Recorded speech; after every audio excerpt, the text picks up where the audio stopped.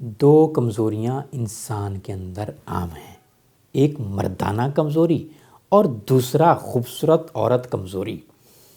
یقیناً اس سے پہلے راجا مہاراجا بادشاہوں کا جو دور تھا، اس دور میں بھی لوگوں کی 4 شادیاں بھی تھیں، اور بعض بادشاہوں نے تو 20 شادیاں کی، بعض بادشاہوں نے 25 شادیاں کیں، اور کنیزیں بھی ان کے پاس ہوتی تھیں۔ وہ کیا کھاتے تھے؟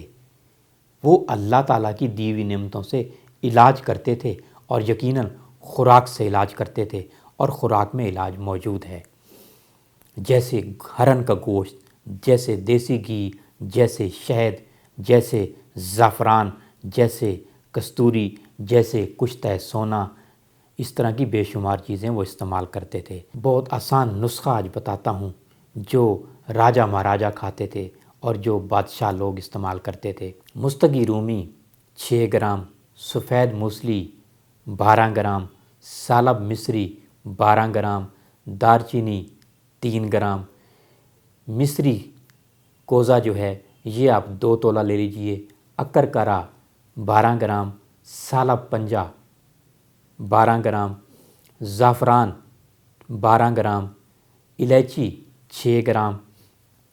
اس کا سفوف بنا لیجئے، 1 چمچ صبح اور 1 چمچ شام کو دودھ کے ساتھ لیجئے یا پانی کے ساتھ لیجئے۔ آپ کی مردانہ طاقت مزید بہتر ہوگی، آپ جوان ہوں گے، آپ مکمل مرد بنیں گے۔